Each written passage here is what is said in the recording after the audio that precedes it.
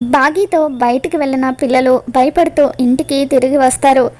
బాగీ పిల్లలు ఇంటికి వచ్చేసరికి అమర్ వాళ్ళ అమ్మ నాన్న మనోహరి అంతా కూడా బయట ఉంటారు.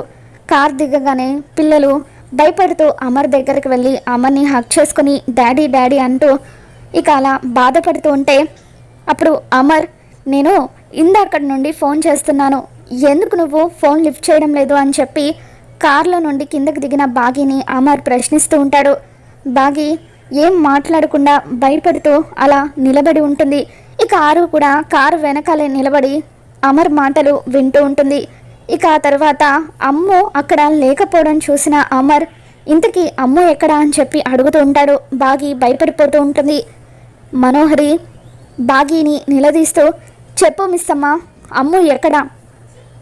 అమ్ముని ఎక్కడైనా వదిలేసి వచ్చావా? అమర్ అడుగుతున్నాడు కదా, చెప్పు అని మనోహరి అంటూ ఉంటుంది.